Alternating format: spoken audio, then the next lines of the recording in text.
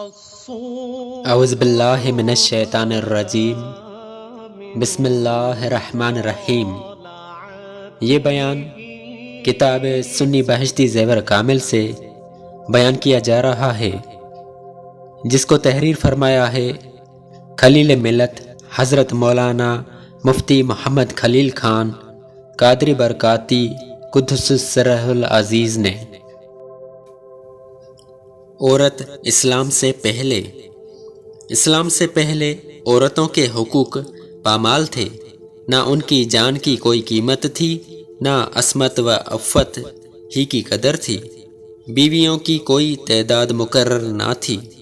اس لیے جب کوئی مرد چاہتا اور جس عورت کو چاہتا اور جس طرح چاہتا اپنے نکاح میں لے آتا اور ان کے ساتھ وہی سلوک روا رکھتا جو جانوروں سے کیا جاتا ہے۔ حق مہر ایک بے معنی چیز تھی، بلکہ عورت کی ملکیت اور سارا ساز و سامان لاقانونی کے قانون کے تحت شوہروں کی ملکیت قرار پاتا تھا۔ بے حسی کا عالم یہ تھا کہ شوہر کے مرنے کے بعد سوتیلی ماؤں میں بھی وراثت کا قانون رائج تھا کہ مرنے والوں کے وارثوں میں ایک مال کی طرح اس کی تقسیم بھی عمل میں آتی تھی۔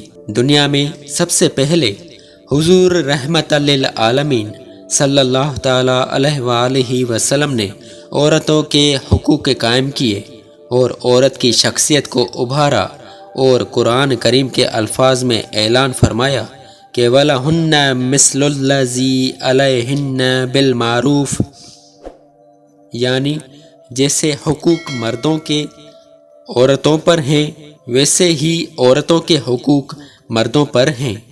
اسلام سے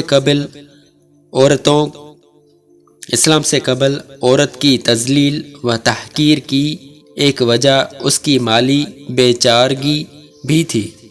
اس لیے حضور اقدس صلی اللہ علیہ وسلم نے عورتوں کی مالی حالت کو بھی مستحکم کیا اور اس کے لیے اصول وضع کیے، اسے وراثت میں حصہ دار بنایا اور اپنے باپ، بھائی، خاوند، بیٹے وغیرہ کے مال متروکہ اور جائیداد منقولہ وغیرہ منقولہ میں عورت کے حصے مقرر فرمائے۔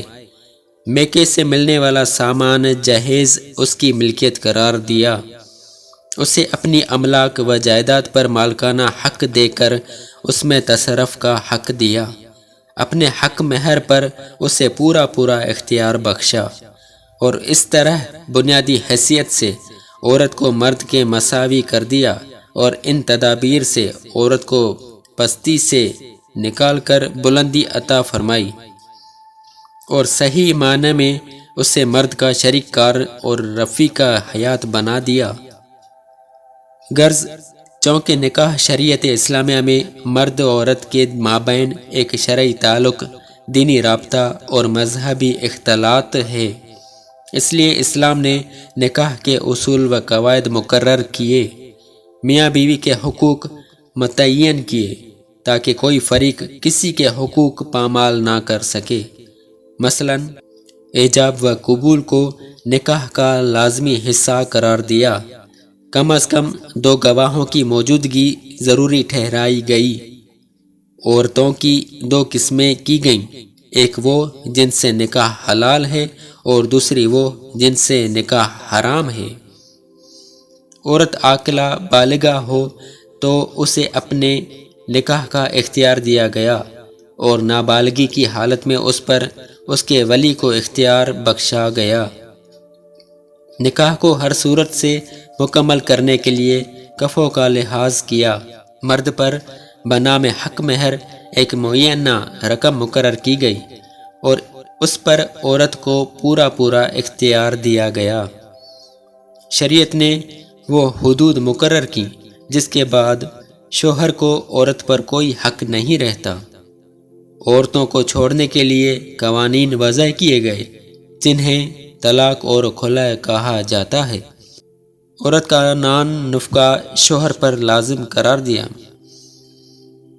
زمانہ جاہلیت کے رسم و رواج کے برخلاف مرد کو ایک عورت سے نکاح کا حکم دیا، اور بوقت ضرورت کچھ شرطوں سے مشروط سخت پابندیوں کے ساتھ ایک سے زیادہ کی اجازت دی۔ بھی ہمارے چینل کو سبسکرائب کریں اور روزانہ نئی اپڈیٹس کے لیے بیل آئیکن